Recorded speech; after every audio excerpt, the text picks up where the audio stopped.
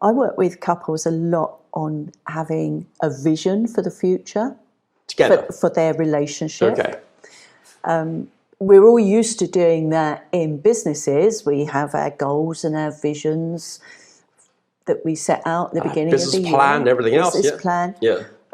Not many people do it for relationships. Yeah, it sounds a bit too clinical, doesn't it, you know? But it's not. It's great. It's really good fun. And people get really into doing it because I set it up as a task and I'll say to the couple, go away and write down 10 sentences that you would describe your ideal relationship, but they have to write it in the present tense as though it is actually already happening. So it might be, we work together on co-parenting, or we have a great sex life.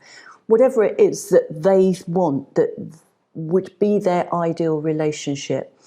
And so they each write their 10 sentences, and then they come back into the office with me and they read to each other their 10 sentences. Okay. And sometimes they're quite surprised by how many of them are similar. Yeah. Because if a couple are thinking of separating, they're really kind of struggling together, and they do this exercise, and actually they then find that a lot of their sentences are very, very similar.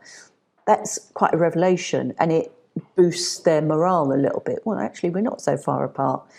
But they read their sentences to each other, and then we work together. I will kind of guide the discussion, and they go through and they make a list of 10 to 15 sentences that would be their joint vision for the future. So they amalgamate, they compromise.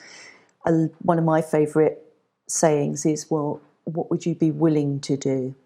If somebody says, I want this, and the partner is, no, I'm not sure about that. Well, okay, you might not be comfortable with that, but what would you be willing to do?